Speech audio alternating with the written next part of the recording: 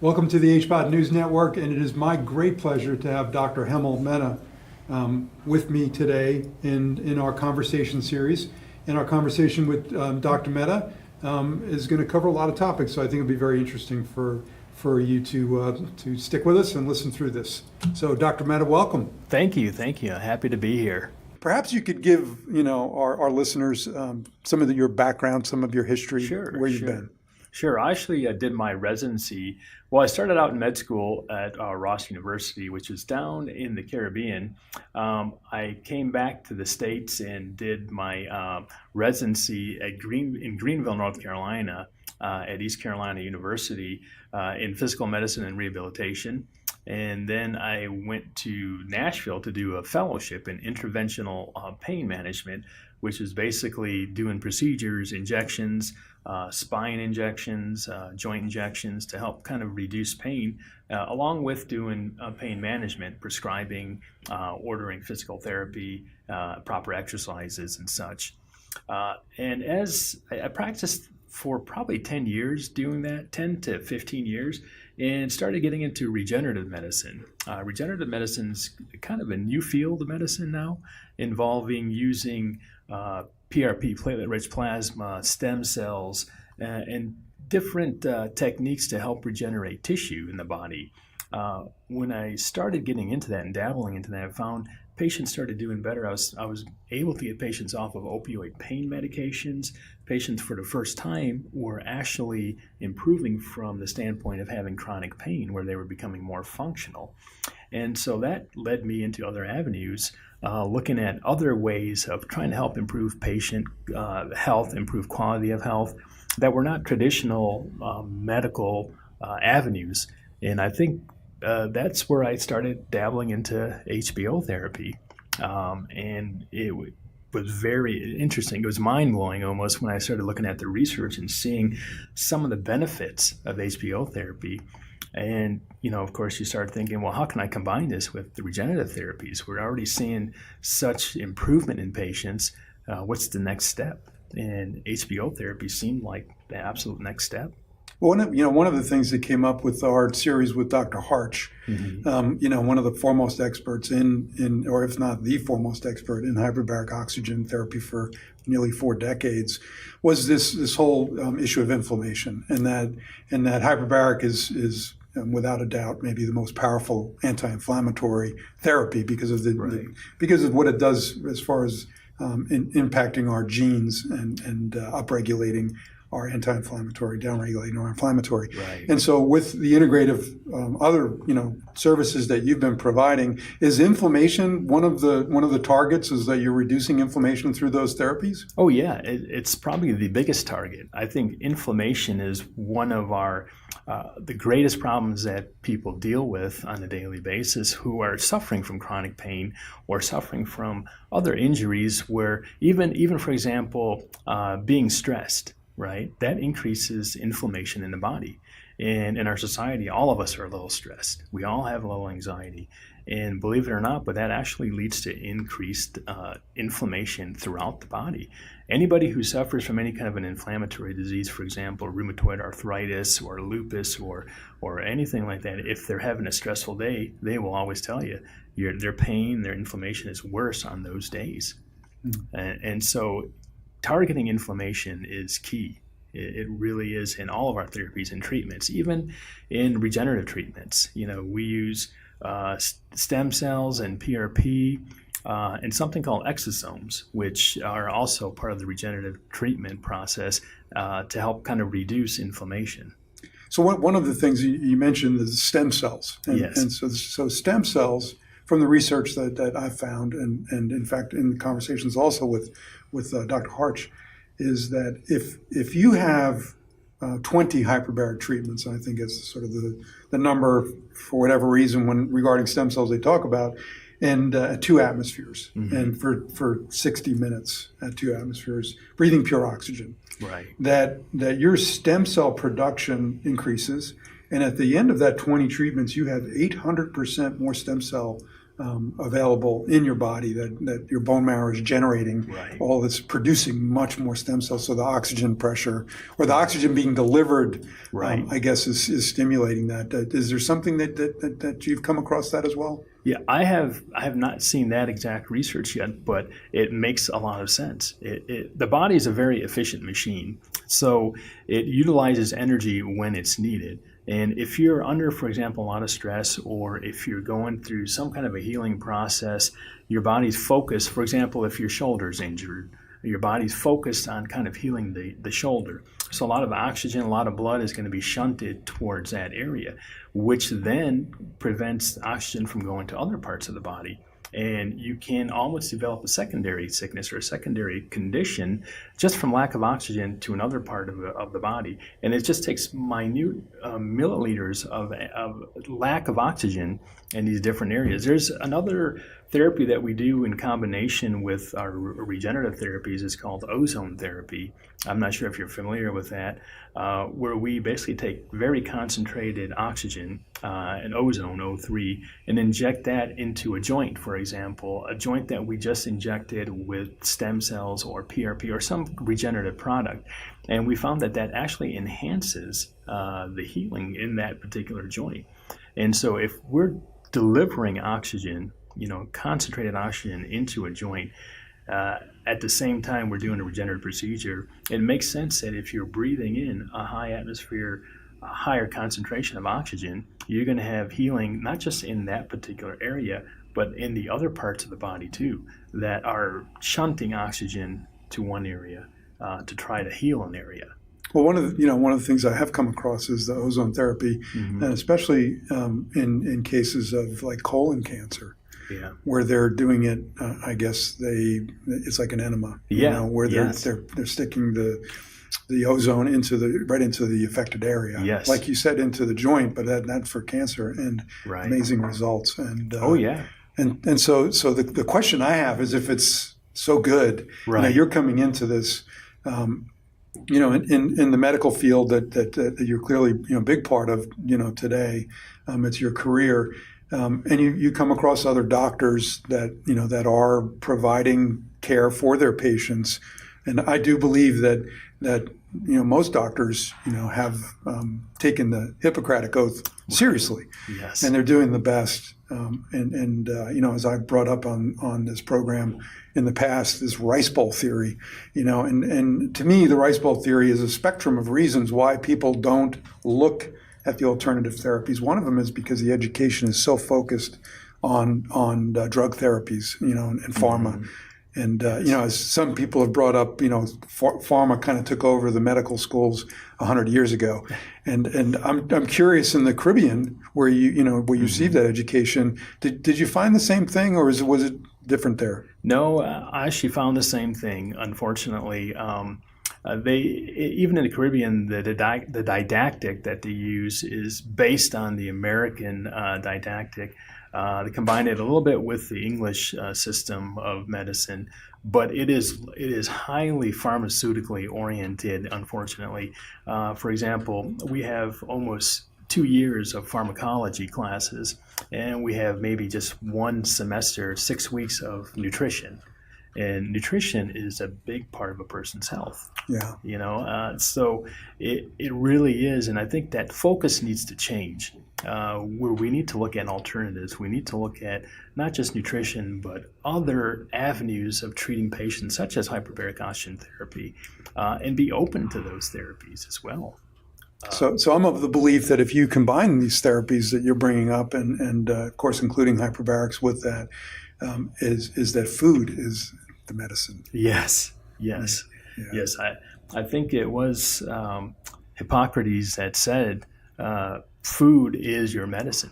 Basically, his interpretation was probably much more lengthier than that, but the bottom line was food is medicine. Yeah, I think past generations would have the sort of that age-old saying, you are what you eat, right, and you become what you think about. Right. Yeah. And I'm a firm believer in that. You are what you eat, and you are what you think, and it's absolutely true. The body will listen to the brain, and if your thought process is "I'm sick," you will be sick. I think eating the right foods is essential to your good health. And we don't see that. We don't see enough of that. If you've ever been to the doctor, I don't know how many times he's discussed nutrition with you. Maybe if you're a diabetic, you may get that discussion. But a healthy person, I don't ever believe having a conversation about nutrition comes up with healthy people, but it should. Yeah. Well, going to physicals my whole life, I don't know that I've ever had a conversation about my diet. Like Right. it's just rare. Right. And I think when I've asked, maybe if I got any comment ever when I was young, it was eat less red meat. It was just Right. it was just sort of the comment: eat less red meat, and you'll live longer. Right. It wasn't don't eat red meat, just eat less. Right. And that was the extent of it because our culture is Right. is pretty much dominated by the center of the grocery store, which is Right. all processed garbage. Oh, yeah. I mean, Yep. today I would call it garbage. Yeah. Well, yeah, processed food is one of the probably worst things for your body. And it's an oxygen what can I say? It basically depletes. It's oxygen depleter. Processed food, in my opinion, is a major oxygen depleter in the body. Your body is using energy to break down food and products that it has to work harder to break down, and it requires more oxygen to do that. Interesting. So eating foods that are more natural, that are not processed, it's easier for your body to break that food down. And so I think it's important to eat more natural foods. Absolutely. So okay. So then moving on to the topic of fasting. Yeah. Have you studied that or? Yes, I have. So what is your opinion there? I think fasting is an excellent way for people to maintain health. And it makes sense. If you look at, for example, our ancestors, right? We're all a product of people of hundreds of years ago, right? Our genes are from them. And those people maybe I don't think they ate 3 times a day. When they were out there alone in the desert or wherever they were, they ate maybe once, twice a week even at sometimes. And now we're getting 3 meals a day. If you look at populations where obesity is the highest, like, for example, Native Americans, when they were living, their ancestors were living, they were not eating 3 meals a day. But now we're getting 3 meals a day. So our bodies are storing all that food and storing all that excess that we don't need. And so if we were to fast, it does several things. You don't get all the calories that you don't really need. You're basically cleaning out your system. You're allowing your body to clean the system. Food, especially processed food, can be very toxic. So you're developing toxicities in your body that takes a lot of time for your liver to clean out. Mm-hmm. And so I'm a big believer in fasting. Which is the proper fast? Which is the best fast? That's a tough question because I think it's individualized. Every individual is different. And that's why you have so many different diet fads out there, because what works for one person doesn't always work for another person. One of the things that I found is that in my Christian faith, you find fasting throughout the Bible, and Christ talks about fasting, Right. and sort of lays the groundwork and the rules. I Yeah. want to say it's in Matthew 6 that he talks about fasting very specifically. And in his focus, it was more about don't whine about it, Right. and don't tell people, just do it. Just do it, right? Just do it, and it's between you and God. Right. But do the fasting. So, that's Right. of course thousands of years ago, and Right. so it's really nothing new, and it's mentioned throughout. Oh, and yeah. and that was more. And I understand, food wasn't available. That was, but more planned. That you Right. should plan your fasting, and so I've adopted the practice of fasting over the last few years, and I've learned that it is somewhat spiritual. When you fast, you really learn that. Within you can fight the temptation, and that food is probably more of a habit. Right. And that's what's interesting is you see that not only in the Christian faith, but in almost every faith out there, Yeah. there's some form of fasting involved. I know, like, for example, the Muslims, they fast a month, they have Ramadan, and they fast maybe a month every year. And then the Hindu religion also promotes fasting for certain holidays, and they even recommend fasting once a week as part of a cleansing of your soul. Mm-hmm. And so there's pretty much every facet, every religious facet has fasting as part of their religion. Mm-hmm. So there's definitely something to it. Yeah, so well, I think if you look at like the Jewish, Muslim, and Christian faith, yeah, they all one God in the Old Testament, and there's plenty of fasting in there. Right.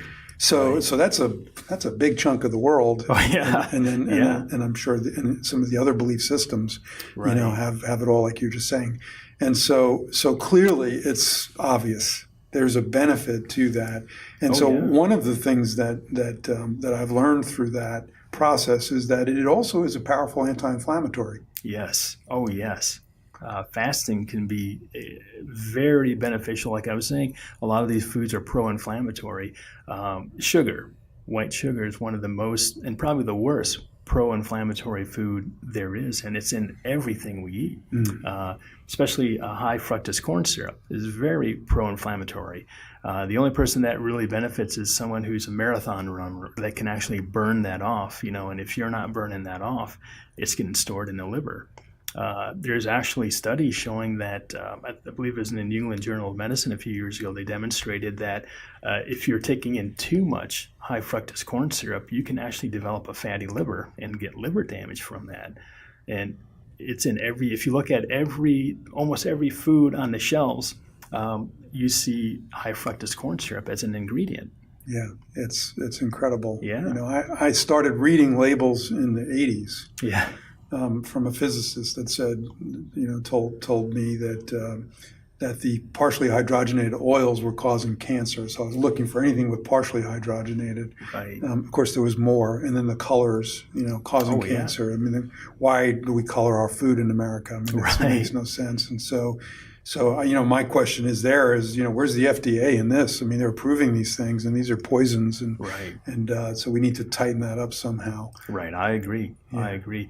As a matter of fact, you mentioned cancer and fasting. There's actually one study out there, and I can't recall where I read it, but it was one of the medical magazines, medical journals. They actually mentioned that there is a strong association between fasting and reduced cancer risk, which makes a lot of sense, because if you think about what a cancer cell is basically a rogue cell in your own body. It's one of your own body's cell that has gone rogue and is absorbing up all the food and all the nutrients, and they have a very high metabolism, cancer cells, so they need to eat all the time and feast all the time. If you fast, you're not feeding that cancer cell, and it tends to die off quicker, whereas your other cells, which are still healthy, can tolerate a few days of fasting. Mm-hmm. So it's very interesting, the benefits of fasting, not just in decreasing inflammation, but also reducing the risk of cancer. It's really interesting, and it's something that that I've tried to follow too, because we come across people that are suffering from cancer. I don't think any family is not affected by it, or friends, but people in the United States, throughout the world. And so one of the things that I learned, and you correct me if I'm wrong, but I try and bring it to a very anecdotal explanation, is that PET scans work. Basically, you give the individual a glucose drip, or they drink something high in sugar, and that sugar goes to the tumors, and the tumors feed on it, and that creates heat. And that's what the PET scan can see. Correct. Okay. Yep. So when someone has cancer and they're sitting in the hospital, and because they can't keep food down and they have them on a glucose drip, who are they feeding? Are they feeding the patient or the cancer? Correct. And so cancer feeds on sugar. The other thing that I understand, these tumors are anaerobic. They don't like oxygen. Mm-hmm. So they like sugar, they don't like oxygen. Right. So stop eating and get in a hyperbaric chamber. Right. Right. or the ozone therapy or something where you're oxygenating this area. Right. And so double whammy, you have there. And then to add to that, do you provide any of the intravenous therapies? Yes. Yeah, we do. We've been doing intravenous therapies we do it with stem cells. We also use different drips. For example, something similar to a Myers cocktail. Are you familiar with that? Yes. It's basically a combination of certain vitamins.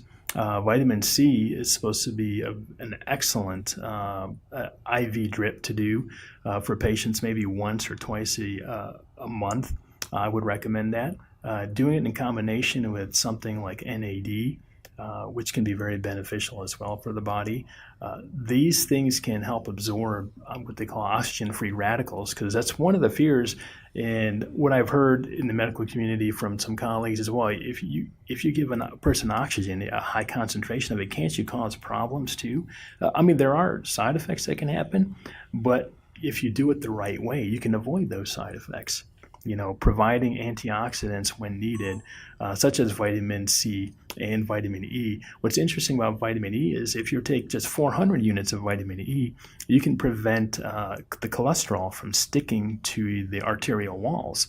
One of the things that cholesterol is really not a bad guy. Cholesterol can actually be very helpful in the body. And your brain is made of cholesterol, almost 90% cholesterol, and fats. So if you're using something like a vitamin E, when cholesterol becomes dangerous is when it becomes oxidized. And when it becomes oxidized, then it gets sticky and it'll stick to the wall of the arteries. But using 400 units of vitamin D daily can prevent it from becoming oxidized, and then it won't be any problem in your body at all. So, is there a way to remove some of the arterial, Yep, there is. There's studies being done right now, like if you've developed arterial plaques. There's a study being done. I can't talk much about it because it's still in the process of being studied, but they're talking about increasing the blood pressure or decreasing your blood pressure to the point where the pressure inside your artery is significantly less than surrounding the artery. And what that does is starts to reabsorb some of the cholesterol that's stuck to the wall. Oxygen therapy can also be beneficial for patients with cholesterol, high levels of cholesterol or plaque, I should say, on the walls. That can help kind of decrease that plaque formation. Those studies are still ongoing, so it's hard to comment on them completely, but there are several studies showing that oxygen therapy can help with these conditions. And I also understand that if you're going to do a long-term fast, that at some point the body starts to reabsorb the plaque. Right. And I want to say that's long-term is like, the 10th day. Right. Where you've just had water, so I've done the long-term fast myself personally just to see what I felt from that, and so what I learned is that because I have the heart monitor, like many of us have the Fitbit, I have the Oura Ring, and I can see in the morning where my heart rate went down to. But when I do the long-term fast, my heart rate drops into the low 50s, high 40s at night, whereas normally, if I eat, after 6 o'clock, it rarely gets, even gets into the mid 60s. Like it's much higher. Wow. So with the fasting, it goes way down. So maybe there's something going on there where my heart's not working as hard because digesting food must take a tremendous amount. Plus all the organs are now, regenerating and now combine that with hyperbaric oxygen and some of the other therapies. Well, Dr. Mehta, thank you so much for coming today, and certainly a pleasure. And we look forward to having you back if you have time. Come back and visit us, and we can continue the conversation because it was very stimulating, and I learned a lot. Oh, I would absolutely love to come back. I enjoyed it very much, and I found it as stimulating. Thank you. Oh, appreciate that. Thank you. Well, I hope you come back and listen to some more from Dr. Mehta when we get a chance to have him back. Thank you.